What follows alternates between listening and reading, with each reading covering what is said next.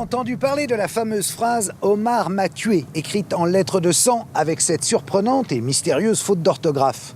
C'est bien sûr l'énigme de l'assassinat de Ghislaine Marchal, née de Renty, la veuve de l'industriel Jean-Pierre Marchal, retrouvé sauvagement assassiné il y a 20 ans dans la cave de sa maison de Mougins. C'est aussi l'affaire Omar Radad, du nom de ce jardinier marocain arrêté, jugé et condamné, puisque la victime l'avait désigné comme son assassin sur une inscription écrite avec son propre sang. C'était le coupable idéal.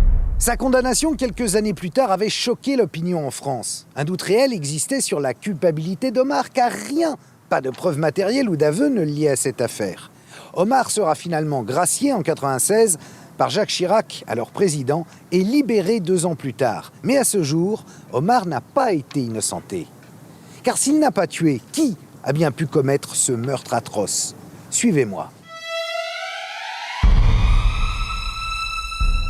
Nous avons une dame qui appartient au grand monde, qui est encore fort bien de sa personne.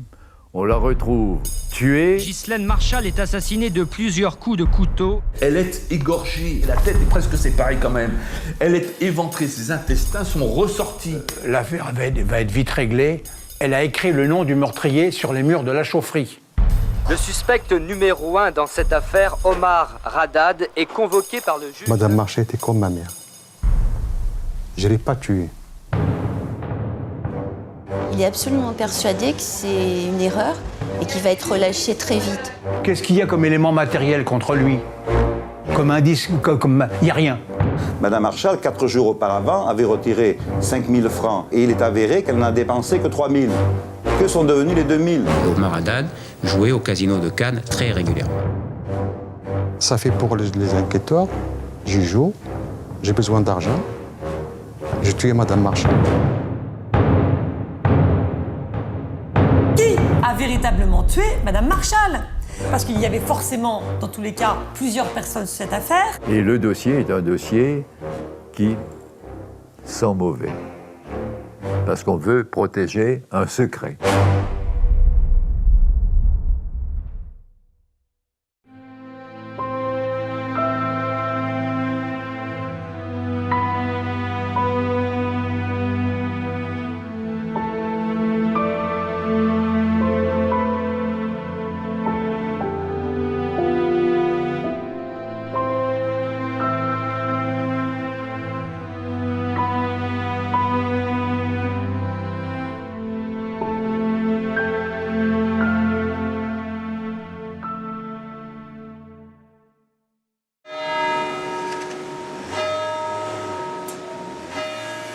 La Cour et le jury condamnent Omar Radad à la peine de 18 ans de réclusion criminelle.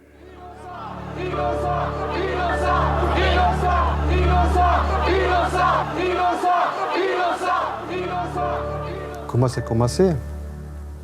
Pour moi, de départ, c'est commencé comme une caméra cachée. Malheureusement, c'est pas caméra cachée, c'est des choses que jamais croyais, ça va m'arriver.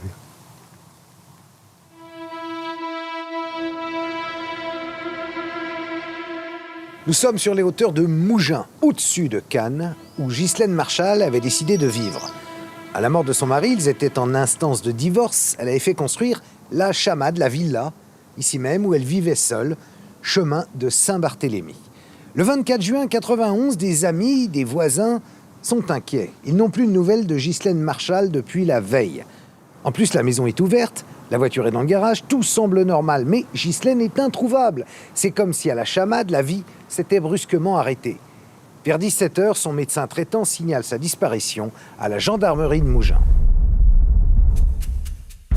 Lorsqu'ils arrivent à la chamade, les gendarmes constatent que la porte d'entrée de la maison est ouverte.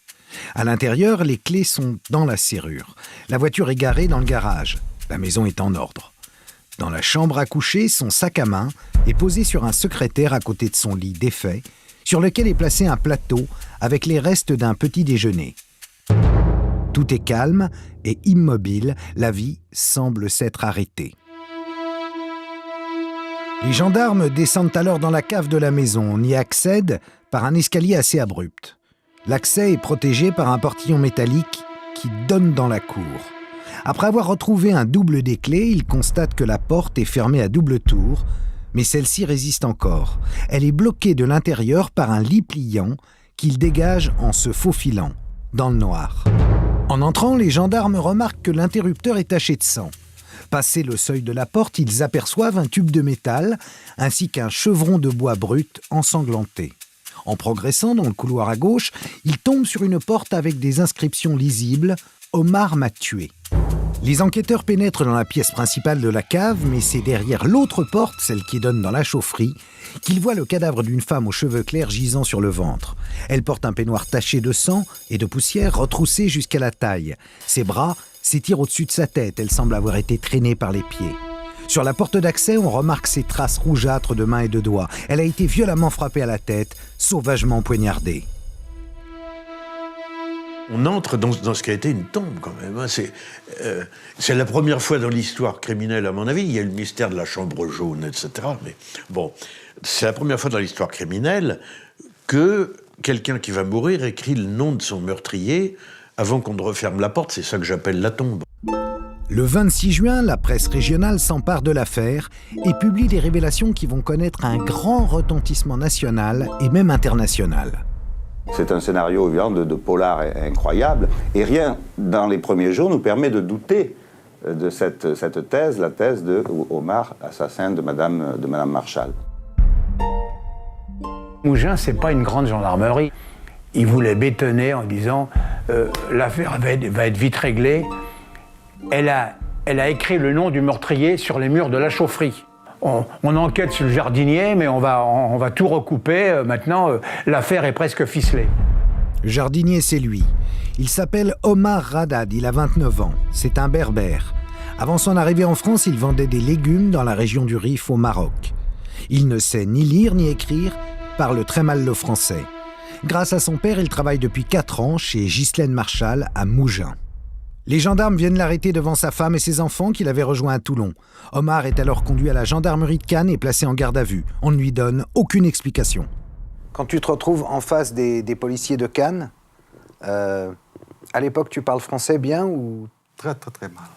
Mais tu comprends ce qu'ils te disent ou pas tellement? Quelques questions, je comprends. Genre quoi? Il y a beaucoup de questions que je ne comprends pas. Ouais. Par exemple, qu'est-ce que vous faites le démarche? Est-ce que vous travaillez? Checkez votre travail, et ça, je le comprends. Mais il y a beaucoup de questions, je n'ai pas compris. Et des fois, il y a des choses que je n'arrive pas à dire en français. Je termine ma phrase en arabe. Il n'y a pas d'interprète? Non, je l'ai demandé. Ouais. J'ai demandé, ils m'ont refusé. Ah, ils ont refusé? Je l'ai demandé, ils m'ont refusé l'interprète. Il dit qu'il a été entendu sans interprète, ce qui est vrai, parce qu'il n'a jamais demandé d'interprète, et il n'avait nul besoin d'interprète. Au moment des faits, le major Sancy est à la tête de la SR de la gendarmerie de Cannes et le responsable de l'investigation. Face aux incohérences de l'enquête, la presse et la défense vont le mettre en cause. Le major Sancy répondra avec un livre, Omar l'a tué, amusant jeu de mots, vous noterez au passage, qu'il défend comme un droit de réponse face aux attaques et autres calomnies dont il s'estime victime avec ses gendarmes. Mais malgré sa pugnacité affirmée, le major Sancy refuse toute interview. En revanche, il a mis en ligne une sorte de blog où on peut visionner la seule interview qu'il ait jamais donnée à TV Luberon. Il est bien évident qu'un gendarme ou un policier, quel qu'il soit, dans n'importe quelle enquête, que ce soit criminelle ou correctionnelle, lorsque le besoin d'un interprète s'en fait sentir, il est bien évident que nous requérons un interprète. Comment aurions-nous fait avec ce monsieur Radad pour dactylographier plusieurs officiers de police judiciaire différents, 12 pages de procès-verbaux d'un procès-verbal d'audition. Comment se fait-il que lorsque nous avons présenté Omar Radad à la juge d'instruction, Mme Arfinengo, elle n'ait pas pris d'interprète non plus? À la fin, il m'a dit, il faut te dire c'est toi. Parce qu'on a les preuves, 100% on le sait, c'est toi. Je dis, mais c'est pas moi. Et c'est là il m'a monté les photos où c'est marqué Omar m'a tué. Moi, je ne sais pas qu'est-ce qui est écrit. Mais Omar, je sais comment c'est écrit, mon nom. Et là, comme je viens de dire tout à l'heure, tout de suite, j'ai dit, mais c'est pas trop compliqué. C'est la personne qui a tué Madame Marchal, c'est lui-même, il a écrit. Il m'a dit, non, c'est vous. Et il m'a laissé 2 nuits sans dormir. Des fois, il me lève les chaises, je reste debout, et les questions derrière. Il voulait des aveux. Exactement. Ils ont tout fait. Le suspect numéro 1 dans cette affaire, Omar Haddad, est convoqué par le juge d'instruction qui doit prendre la décision de l'inculper ou de le relâcher. L'entretien dure près de 4 heures, preuve de la complexité de ce dossier. En effet, le juge n'a ni mobile, ni pièce à conviction permettant d'accuser le jardinier de Madame Marshall. Pourtant, le 27 juin, la juge Arfilingo inculpe Omar d'homicide volontaire. Il est écroué à la maison d'arrêt de Grasse. Je pense qu'il ne comprend rien de ce qui lui arrive pendant très longtemps et il est persuadé surtout, il est absolument persuadé que c'est une erreur et qu'il va être relâché très vite.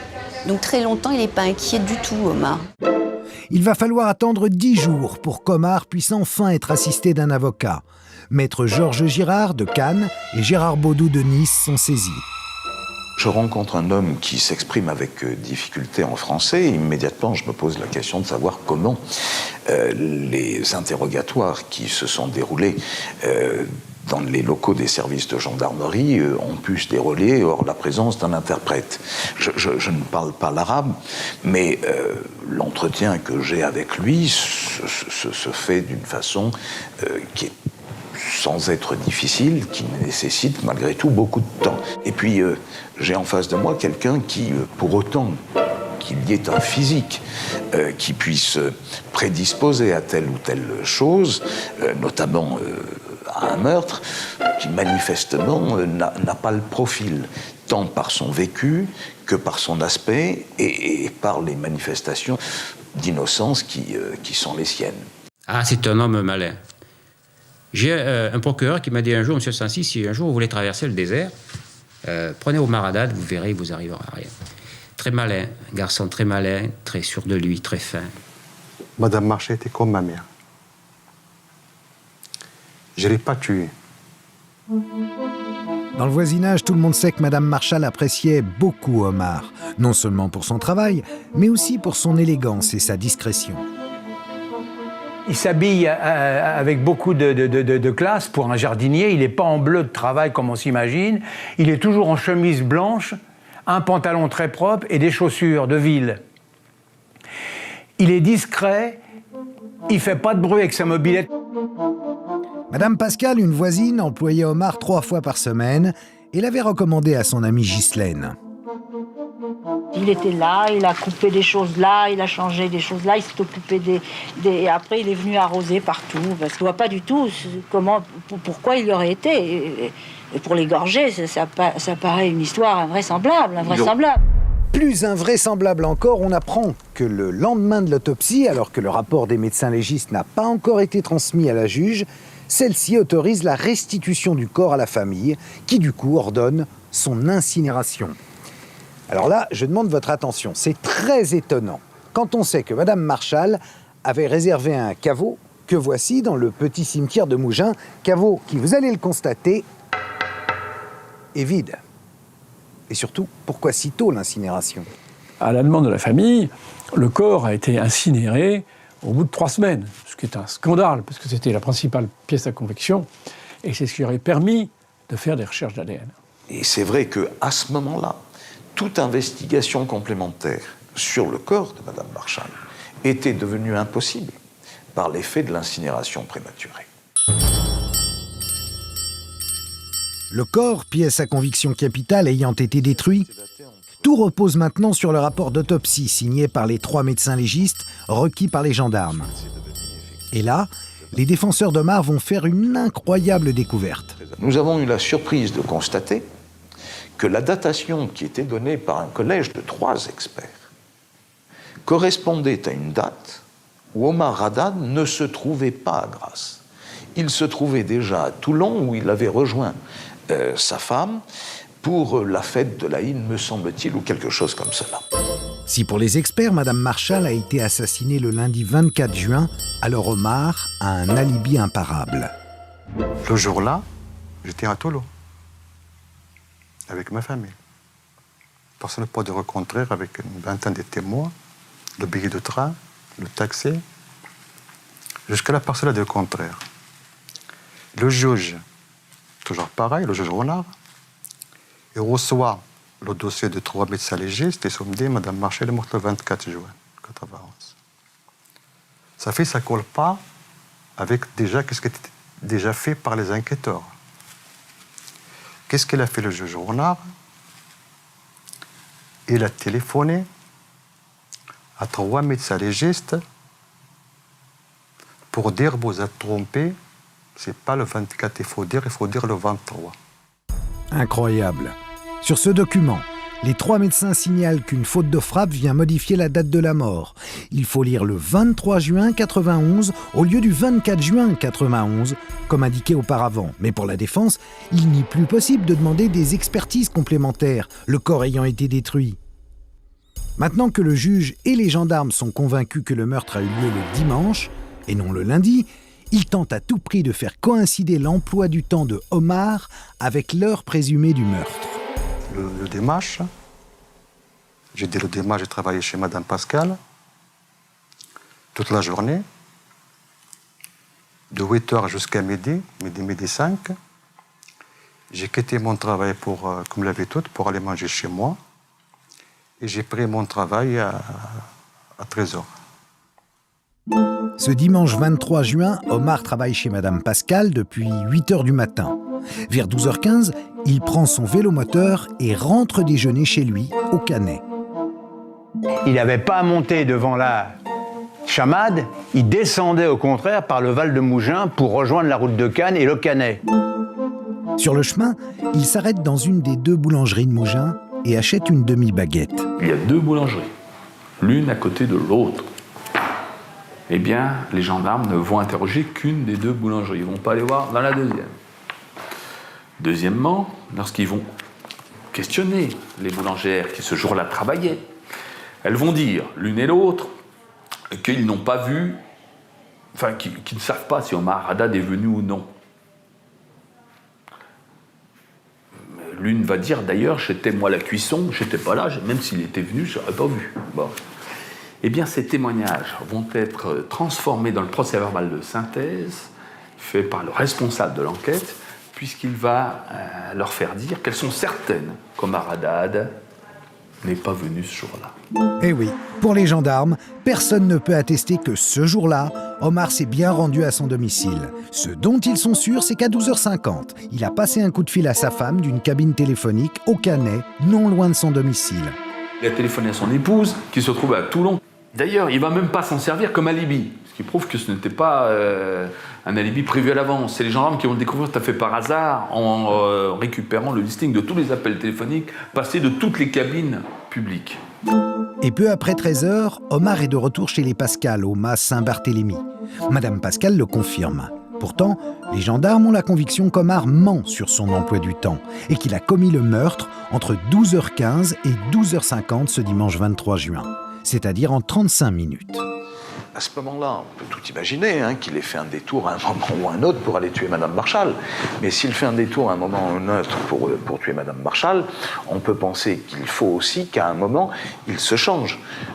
Ne serait-ce que les chaussures, les vêtements. Et là, il n'a pas le temps de se changer. Il est habillé pareil. Moi, c'est la question que je pose. Je le pose à M. Buisson, le diplomate, qui est le gendre de Mme Pascal. Je lui dis comment il est habillé. Mais de la même façon, la même chemise jaune clair, le même pantalon marron, les mêmes chaussures. Il a des traces de sang, il n'a pas de traces de sang. Alors, on peut massacrer quelqu'un dans une chaufferie et puis retirer des taches de sang. En fait, on va retrouver du sang sur le plafond de la chaufferie. C'est vous dire que ça a giclé, vraiment. Donc, il est absolument impossible pour un meurtrier de ne pas avoir sur ses vêtements ou sur les semelles de ses chaussures, je ne dis même pas des taches de sang, mais des molécules de sang. C'est absolument impossible. Or, Omar Haddad, ce qui démontre son innocence, c'est qu'il n'y a pas la moindre molécule de sang. Ses vêtements et ses chaussures ont été examinés par un laboratoire en microscope électronique à balayage. Qu'est-ce qu'il y a comme élément matériel contre lui? Comme indice, il n'y a rien. En fait, la seule preuve dont les gendarmes disposent, c'est cette inscription « Omar m'a tué », retrouvée sur les murs de la cave. Ils ont aussi un mobile, l'argent, et constatent qu'une somme de 3000 francs manque au domicile de la victime. Madame Marchal, 4 jours auparavant, avait retiré 5000 francs de son compte en banque et il est avéré qu'elle n'a dépensé que 3000.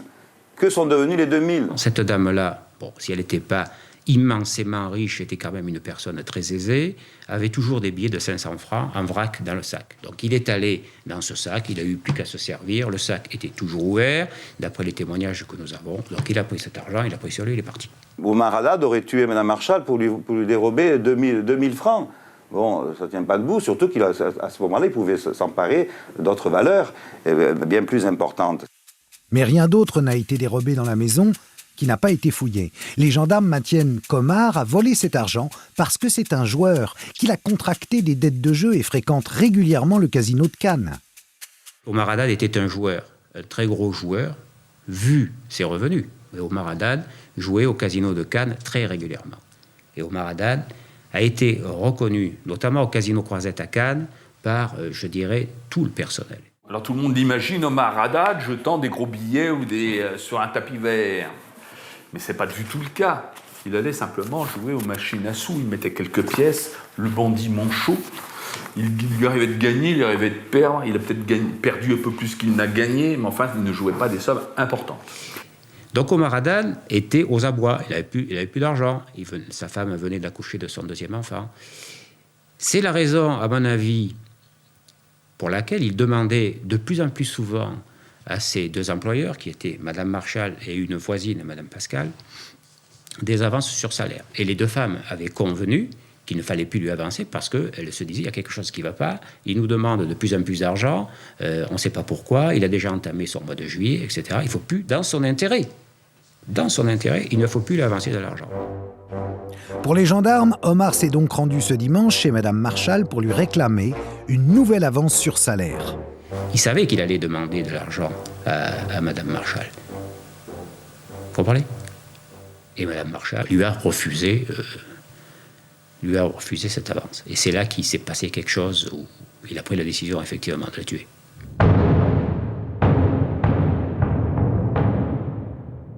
Ça fait pour les enquêteurs, j'y joue, j'ai besoin d'argent.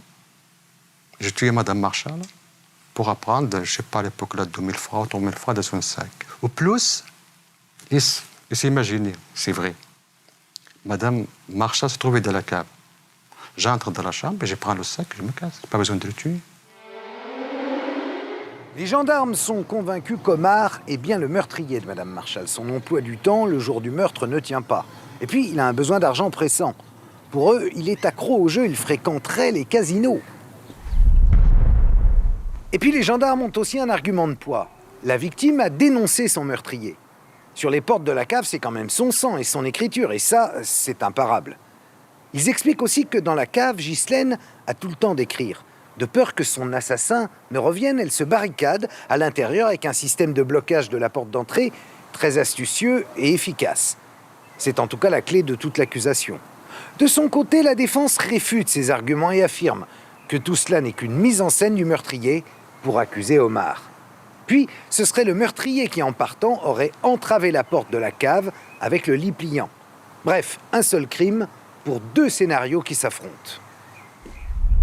C'est pour vérifier un certain nombre d'indices que les défenseurs d'Omar Haddad, qui n'ont jamais vu les lieux depuis 8 mois, ont demandé ce transport de justice qui, en fait, ressemble à une reconstitution sans l'intervention de l'inculpé. Même s'il était présent à Mougins hier, Omar, après 40 jours de grève de la faim, clame toujours qu'il n'a rien à voir dans cette affaire. Avec ce qui peut lui rester d'humour après 8 mois de détention, il répondait « Mais que veut-on que je fasse? Que j'aille couper le gazon ?» Ce jour-là, tout le monde est à la chamade. Le juge Renard a réuni les enquêteurs, les avocats de la partie civile et les défenseurs d'Omar. Devant la presse, Maître Leclerc, l'avocat de la famille, maintient que Mme Marshall s'est bien barricadée dans la chaufferie pour se protéger de son meurtrier. Elle a écrit une première fois à genoux « Omar m'a tué ». Et une deuxième fois couchée sur le côté avant de mourir « Omar m'a tué ». Et avant cela, elle a poussé contre la porte un lit et une barre de fer pour empêcher celui qui était sorti et qui avait fermé la porte en clé de rentrer. Les médecins légistes sont formels. Madame Marshall n'est pas morte sur le coup. Elle aurait survécu environ un quart d'heure. Les gendarmes estiment que la forte personnalité de la victime et son esprit de conservation font qu'elle ne se résigne pas. Pendant ces dernières minutes, elle va se barricader dans la cave en mettant au point un système de blocage de la porte, effectivement astucieux, efficace en utilisant le chevron de bois et la barre de fer. Pourtant, la défense prétend le contraire.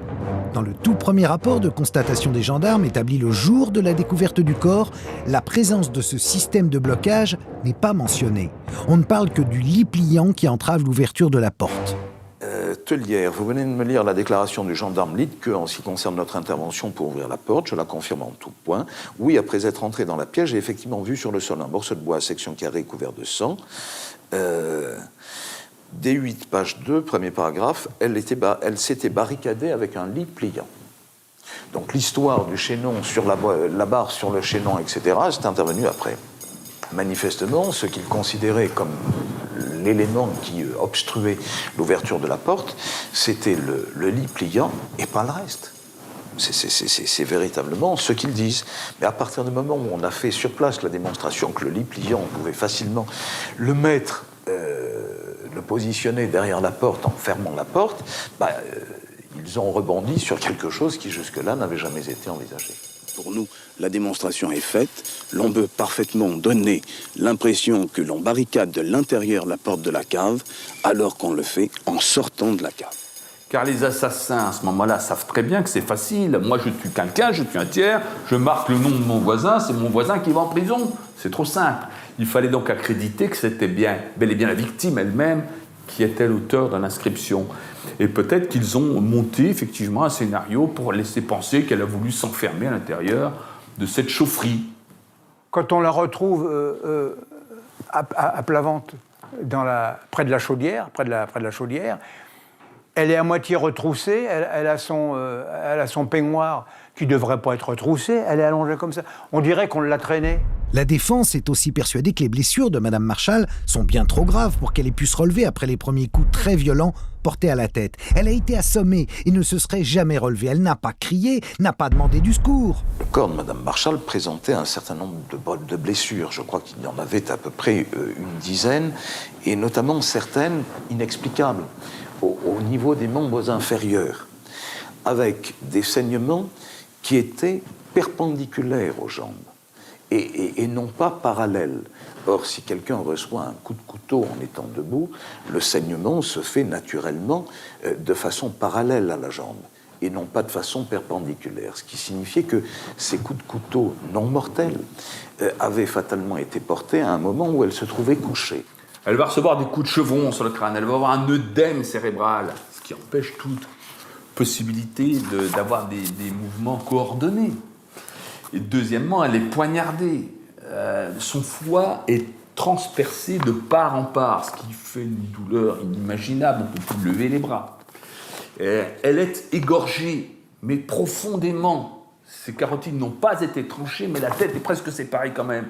Elle est éventrée, ses intestins sont ressortis. Comment imaginer que cette femme, qui serait à ce moment-là surhumaine, après le départ de son assassin, va se relever, va faire toute une installation portant un lit de 12 kilos pour bloquer la porte. Et puis elle se dit, qu'est-ce que je vais faire en attendant ma mort ?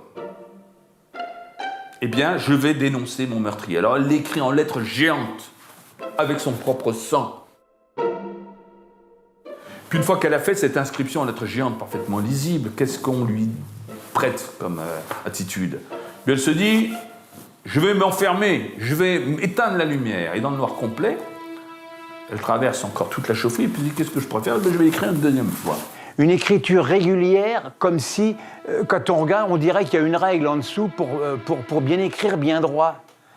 C'est même pas, ça part même pas en pente comme ça. Non mais c'est vachement inquiétant, ça.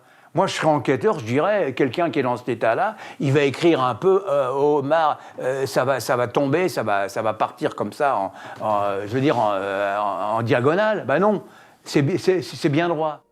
Un traumatologue, expert à la cour d'appel, estime qu'avec les blessures infligées, il lui était tout simplement impossible de lever le bras, donc d'écrire. Et comment expliquer cette faute d'orthographe, cette faute avec une lettre en plus ? On dit comment est-ce qu'une femme cultivée, qui faisait des mots croisés, a-t-elle pu faire une telle faute ? C'est impossible, c'est pas elle qui a écrit. Or, cette faute d'orthographe ne fait qu'authentifier la signature de Madame Marchal, puisqu'elle la faisait couramment. Nous avons quantité de ce que l'on appelle des écrits de comparaison qui prouvent que Madame Marchal faisait toujours la faute de l'infinitif. Ghislaine Marchal faisait donc des fautes d'orthographe. Mais rien ne viendra prouver ce qu'avancent les gendarmes, bien au contraire. Dans les écrits saisis à son domicile, Madame Marchal manie l'infinitif. Aussi, elle fait des mots croisés qu'elle termine. Contrairement à ce que maintiennent les gendarmes, Ghislaine Marchal ne faisait pas de faute d'orthographe.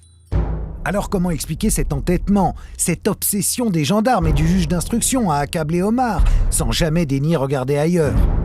Je crois qu'il y a eu une instruction qui était complètement bancale, qui n'a suivi aucune des pistes qui auraient pu être intéressantes, savoir si Madame Marchal avait un compte en Suisse, ce qu'on savait, savoir si quelles étaient ses fréquentations, qui elle avait vu. Là-dessus, blackout total. On a essayé on n'a rien essayé, on a suivi une seule piste, celle de Omar Haddad. La famille de Madame Marchal est très influente. Elle ne semble pas vouloir, elle aussi, chercher plus loin. Je ne veux pas rentrer dans l'hypothèse d'un secret de famille. La seule chose que je vois, ce sont les faits, c'est que la famille Marchal a souhaité qu'Omar soit condamné. Pour quelle raison? Ça, c'est son problème. Mais elle a réellement, elle l'a manifesté, et de toutes les façons, elle avait la certitude qu'il était coupable. Pendant les 3 années d'instruction, toutes les demandes de remise en liberté seront rejetées par le juge, alors qu'aucune preuve matérielle ne lie Omar à ce meurtre sauvage. Omar fait 2 grèves de la faim. L'opinion publique commence à douter de sa culpabilité. Il y en a beaucoup qui m'écrivent. Il me dit, il faut t'arrêter la grève de la faim. Il faut te prendre tes forces pour te défendre le jour de la cour d'assises. Le sourire d'Omar Haddad à son arrivée ce matin au palais de justice de Nice, c'est l'image que l'on retiendra de cette première journée du procès. Face à la bousculade que provoque son arrivée, Omar semble presque amusé de cette notoriété dont il se serait même passé.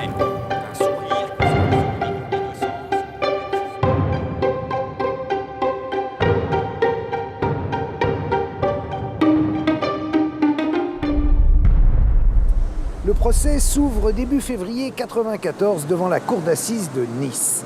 Omar Haddad est confiant. À la demande du roi du Maroc, Hassan II, Jacques Vergès assure maintenant sa défense. Les manipulations policières, les erreurs de l'enquête devraient jouer en sa faveur. Il semble impossible qu'Omar puisse être condamné. Et pourtant, vous allez voir. De cette histoire, ce qu'il faut retenir, c'est l'exemple de ce que la justice ne devrait pas faire. C'est-à-dire la justice, théoriquement, est là pour trouver la vérité. Elle n'est pas là pour prendre les mesures pour que la vérité ne soit jamais trouvée. Le procès n'a fait qu'entériner toutes les erreurs de l'instruction, toutes les lacunes, et je dirais même la volonté de l'instruction de garder un certain nombre de choses dans l'ombre. Voilà. Omar Haddad a perdu son sourire du premier jour. Sans doute perçoit-il que les débats ne tournent pas à son avantage. Malgré le manque de preuves, les débats ne vont pas aller dans le sens d'Omar. Le dernier jour d'audience, les portes sont déballées et présentées aux jurés. À cet instant, le procès bascule. Pourtant, rien ne prouve que les inscriptions aient été rédigées par la victime. La presse et le public désiraient un roman policier, s'enflamme l'avocat, mais depuis hier, depuis que l'on a vu les portes de sang, nous ne sommes plus dans la fiction ni dans le mystère, mais dans la douleur. Nier ce message de Ghislaine Marchal, c'est nier son ultime effort, l'ultime manifestation de courage infini de cette femme agonisante, martèle l'avocat. Elle a démasqué son meurtrier, elle est morte en disant « Omar m'a tué », il n'y a plus de secret, il n'y en a d'ailleurs jamais eu.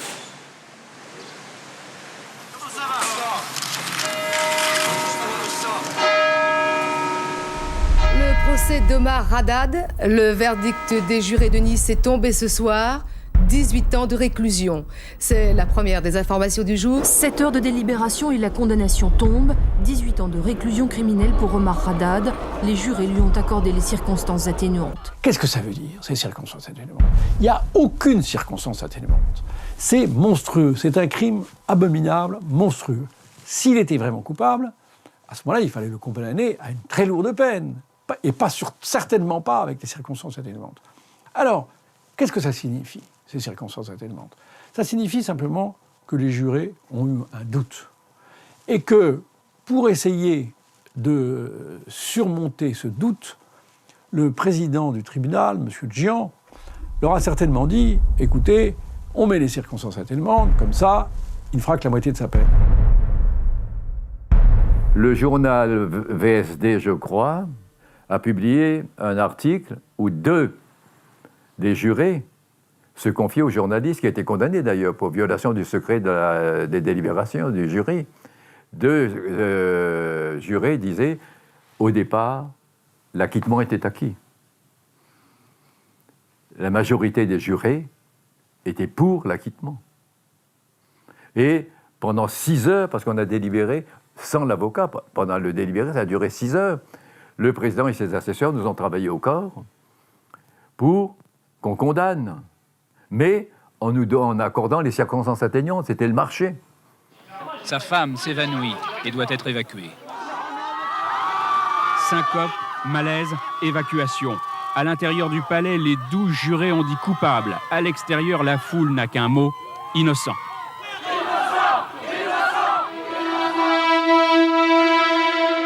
On ne condamne pas un homme contre qui il n'y a que des insinuations, avait plaidé ce matin Maître Vergès. Face à ce verdict, l'avocat harangue la foule dans la salle des pas perdus. Il y a 100 ans, on condamnait un jeune officier qui avait le tort d'être juif. Aujourd'hui, on condamne un jardinier parce qu'il a le tort d'être maghrébin. Le roi du Maroc, Hassan II, est choqué, comme tous les Marocains, par ce qu'il considère comme un verdict injuste. J'ai été reçu par Sa Majesté, Hassan II, et il m'a dit alors qu'est-ce qu'on fait? J'ai dit écoutez, il y a 2 choses. Moi, je suis citoyen français, je suis l'avocat dans l'affaire, je continue à tirer à boulet rouge. Parce que c'est en tirant à boulet rouge que j'en ai fait un scandale. J'aurais pu, si j'étais un type malin, sortir en disant « J'ai pu obtenir les circonstances atténuantes, la peine est un peu trop lourde, mais enfin... » Bon, non. Bon. J'ai donc tiré à boulet rouge, j'ai comparé ça à l'affaire Dreyfus, tout le monde s'en est mêlé. Mais vous êtes un chef d'État étranger. On ne peut pas faire un bras de fer. Par contre, vous êtes tenu à plus de discrétion que moi, mais vous avez plus d'influence que moi. Demandez la grâce. Jacques Chirac arrive au pouvoir. Hassan II, qui a fait de cette histoire une affaire personnelle, ne pouvait pas ne pas demander à son ami Chirac de faire quelque chose vis-à-vis de l'affaire Omar Haddad. D'autant plus que Hassan II, connaissant très très bien la France, savait très bien qu'en France, il y a beaucoup de doutes sur la culpabilité d'Omar Haddad et que Jacques Chirac ne trouverait pas en face de lui une certaine opposition si jamais il déclenche une procédure de grâce. Et donc, dès la première visite, en 1995, la première visite d'État que Jacques Chirac a effectuée à l'extérieur, c'était au Maroc. Et cette question a été abordée dès la première visite. Le président Chirac entendra les doléances de son ami le roi et un peu plus d'1 an plus tard, concédera une grâce partielle à Omar. Après 7 ans et 2 mois d'incarcération, c'est un Omar libre, mais pas innocenté, qui sort de prison. Quelques amis, parmi lesquels d'anciens voisins de Madame Marshall, qui ont toujours cru en son innocence, sont venus l'accueillir. À quoi vous avez pensé pendant toutes ces années de prison? La justice.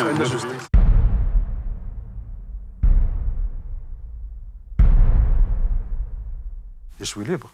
Mais dans ma tête, je ne suis pas libre. Tu es toujours en prison dans ta tête? Toujours derrière les barreaux dans ma tête.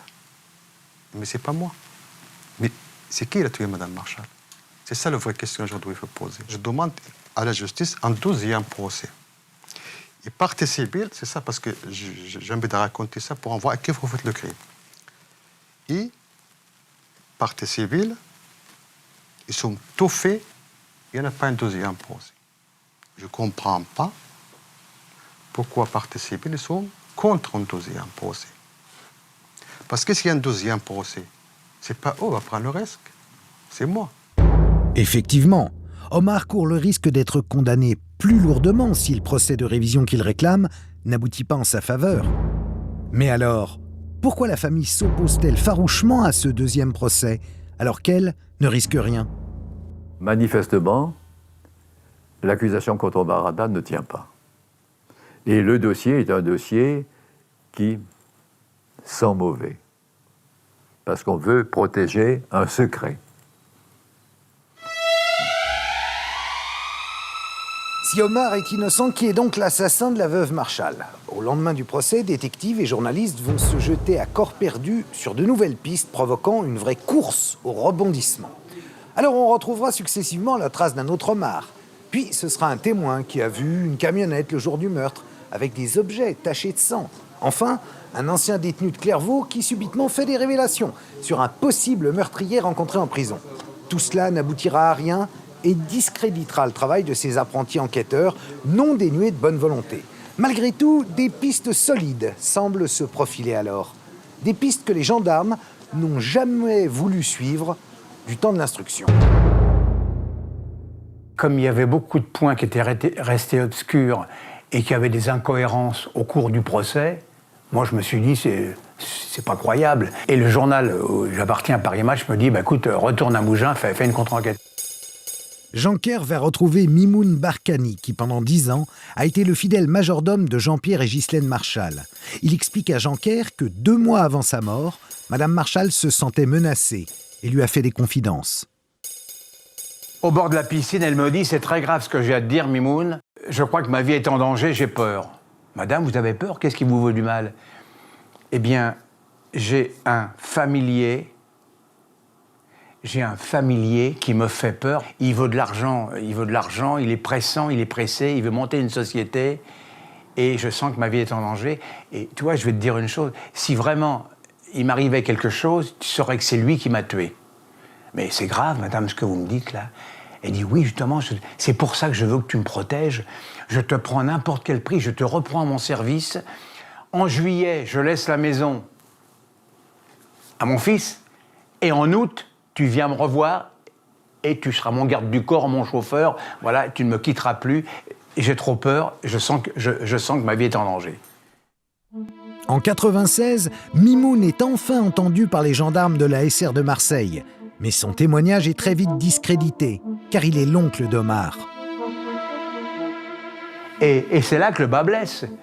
Alors, il est crédible, il est bien équilibré, c'est pas une vengeance, il est honnête, il a de la mémoire en même temps, et il veut dire ce que Madame Ghislaine lui a transmis comme message, mais dès l'instant qu'il est l'oncle, ça n'a plus aucune valeur. Et on dit maintenant, c'est pas crédible. En plus, Mimoun n'est pas le seul à qui Madame Marshall a confié ses craintes. 5 témoins attestent qu'1 mois avant sa mort, une même personne semblait la menacer. En fait, j'ai retrouvé 5 personnes qui avaient les mêmes phrases à me communiquer, c'est-à-dire si je suis assassiné ou si je suis morte, si on me retrouve assassiné, vous saurez que c'est lui, il veut me tuer. Voilà ce qu'elle a dit. Elle a dit à un marchand de légumes dont j'ai le nom, elle l'a dit à son traiteur, elle l'a dit à Tania Varro, une femme de la grande société de Mougins, elle l'a dit à une directrice qui était une amie à elle, Madame Marty, qui était directrice d'une agence immobilière. Madame Jacol l'a entendu aussi. En fait, j'ai eu 5 informations qui ont recoupé celle de Mimoun. À Mougins, les habitants pensent qu'Omar n'aurait pas tué Ghislaine Marshall. Certains prétendent connaître le nom de la personne qui la menaçait. Elle avait peur, elle s'était confiée. Ils n'ont jamais rien osé dire et la police n'est jamais venue les interroger. Mais Jeanker découvre autre chose. Souvenez-vous, l'arme du crime. Elle n'a jamais été retrouvée, ni même identifiée. Il réinterroge Liliane Recevaux, la femme de chambre, qui travaillait pour Ghislaine Marshall depuis quelques années à la Chamade. Elle connaissait tous les recoins de la maison. Elle se souvient d'un détail capital. Et c'est là qu'elle m'a dit, je sais maintenant ce qui manquait, ça m'a complètement échappé, et je l'ai dit à personne. Qu'est-ce que c'est, Liliane? Eh bien, c'était un coupe-papier avec un manche en ivoire. C'était un objet de famille, d'ailleurs, qui était posé sur un velours vert, sur un plateau en argent. Il était tellement affûté des 2 côtés que je me suis coupé une fois, et Gisèle Marchal m'a dit faites attention quand vous retirez la poussière et vous nettoyez cet objet. En fait, le coupe-papier ressemblait à l'arme décrite par le médecin légiste, une lame de 20 cm coupante des deux côtés, de 2 cm de large. Étonnant.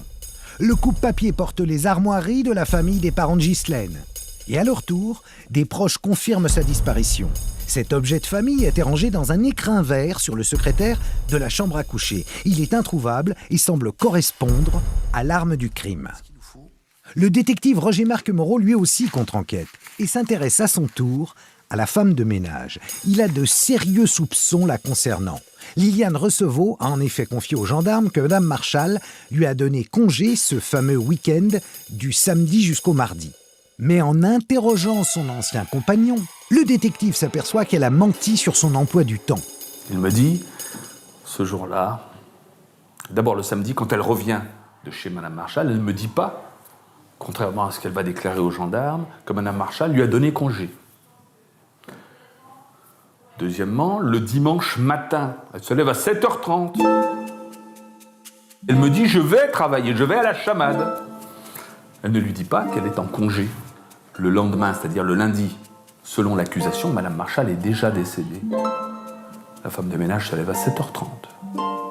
À nouveau, elle dit à son concubin, je vais travailler à la chamade.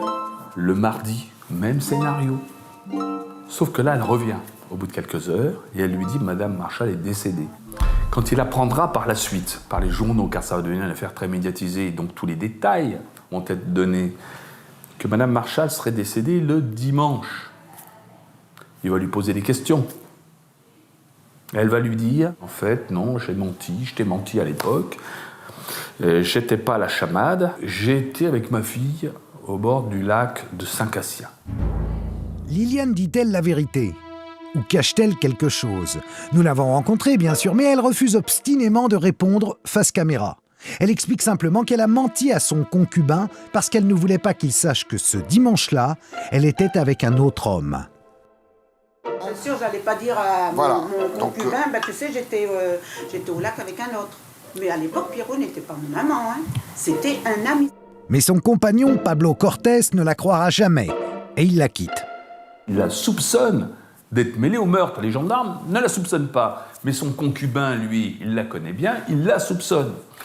Il la quitte et elle s'installe en concubinage avec le deuxième homme, c'est-à-dire Pierrot le Fou, l'homme que l'on peut soupçonner d'être mêlé peut-être à cette affaire.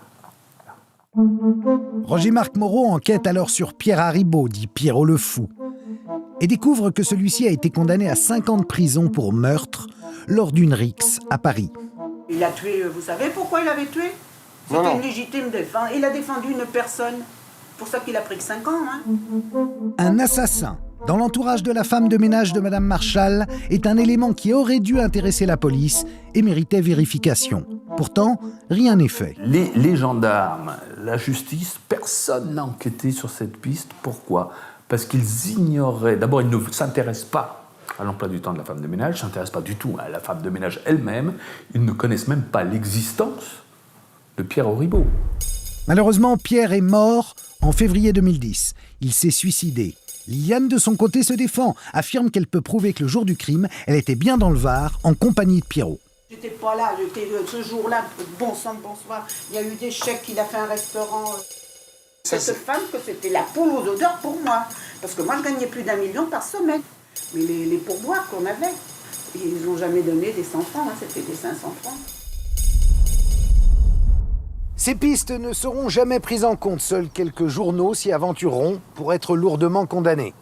Mais pourtant ici, chemin de Saint-Barthélemy, derrière les murs de ces superbes villas, un nom est sur toutes les lèvres. Madame Marchal avait peur et s'était confiée à ses amis du village. En 2001, près de 3 ans après la grâce et la remise en liberté d'Omar Haddad, nouveau rebondissement. Des experts du laboratoire de la police scientifique de la préfecture de police de Paris isolent 2 ADN qu'on a retrouvés mélangés au sang ayant servi à tracer les inscriptions sur les portes de la chaufferie. Cette découverte va littéralement changer le cours des choses. Parce que là, c'est du sérieux. Pour les nouveaux défenseurs d'Omar, c'est la preuve matérielle tant attendu. La nouvelle tombe, absolument hallucinante. On a découvert, à l'occasion de cette analyse, de l'ADN mélangé au sang de Madame Marshall. On découvre sur les 2 inscriptions et sur le chevron qui a servi à frapper Madame Marshall. On dit, puisqu'on découvre de l'ADN mélangé au sang de Madame Marshall, c'est forcément celui d'Omar Haddad. Et on va préciser Omar Haddad, vous n'êtes pas obligé de vous soumettre. Mais Omar Haddad dit, si, je veux immédiatement qu'on prélève mon ADN, car ça ne peut pas être le mien. Il va se transporter à ses frais de Toulon à Paris, on va prélever son ADN, ce n'est pas l'ADN d'Omar Haddad. Et à partir de là, cette affaire absolument incroyable, on a l'ADN, eh bien personne ne cherchera à le comparer à qui que ce soit d'autre. En principe, la partie civile est toujours intéressée par la manifestation de la vérité. Dans ce cas précis, la famille prétend que la porte a été contaminée par les personnes qui s'en sont approchées pendant l'enquête, comme des gendarmes ou pendant le procès. Vous avez eu des scellés qui ont été protégés. Alors, vous avez un rapport avec des scellés. Vous voyez, la porte a été protégée. Vous pouvez le constater. Voilà. Comme il faut. Comme il faut. Hein, c'était bien protégé. Et ensuite, donc, un rapport a été déposé par Madame Cherpin, donc, qui est directrice du laboratoire scientifique de Paris, a précisé, dans le cadre de son introduction, qu'elle a constaté l'intégrité des scellés transmis. Voilà maintenant 10 ans que la défense se bat pour que ces 2 ADN soient comparés à celui d'autres personnes, ou passés au fichier des empreintes génétiques. Et admettons que ce soit, qu'il considère vraiment que ce soit lui, mais s'il y a d'autres suspects, il devrait accueillir à bras ouverts ma demande. Il devrait être heureux de savoir que, parce qu'il y avait forcément, dans tous les cas, plusieurs personnes sur cette affaire, de savoir quelles sont les autres personnes. Même s'il pense que c'est lui, il y a forcément eu d'autres personnes. Donc pourquoi est-ce qu'ils ne se posent pas cette question? Pourquoi ils ne veulent pas que cette affaire soit réouverte? Je n'en sais rien et je ne le comprends pas. Alors peut-être vont-ils rétorquer le fait qu'ils veulent faire leur deuil. Mais est-ce que M. Omar Haddad a fait son deuil de cette accusation atroce? Pourquoi on ne va pas jusqu'au bout? Parce que c'est une piste, on peut aller jusqu'à la vérité. Alors pourquoi on arrête là? Et j'espère qu'on n'arrête pas là. Non, parce que malheureusement, 7 ans et 2 mois et 8 jours derrière les barreaux, ça malheureusement, personne ne peut me le rendre. C'est trop tard. Ça y est, le mal est fait. Mais bien sûr, pour la vérité, on n'est jamais trop tard. Parce que la vérité, déjà, bien sûr, c'est pour moi, pour mes enfants, pour ma famille, et bien sûr pour tout le monde. Pour la justice aussi. Pour la France aussi. Parce que la France, c'est un pays de droits de l'homme. Il est aujourd'hui évident que les inscriptions faites avec du sang sur les 2 portes de la chaufferie détiennent le secret du mystère de l'assassinat de Ghislaine Marshall. Les experts ont depuis 10 ans déjà isolé 2 ADN retrouvés mélangés au sang des inscriptions. Ces analyses sont capitales. Pas pour le ministère de la Justice, notez, qui a longtemps traîné des pieds pour comparer ces ADN à celui d'autres personnes, ce que la défense demande sans relâche depuis 10 ans. Enfin, le 6 mai 2011, le garde des Sceaux a accepté de comparer les 2 empreintes des ADN au fichier national des empreintes génétiques. En cas de résultats probants, la commission de révision pourrait être saisie grâce à ces nouveaux éléments. Mais en France, l'annulation d'un jugement est une décision exceptionnelle, car la justice se considère comme infaillible.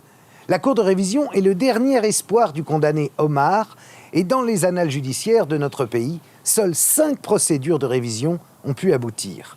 Alors Omar y arrivera-t-il? Eh bien franchement, de tout cœur, on l'espère. Bonsoir.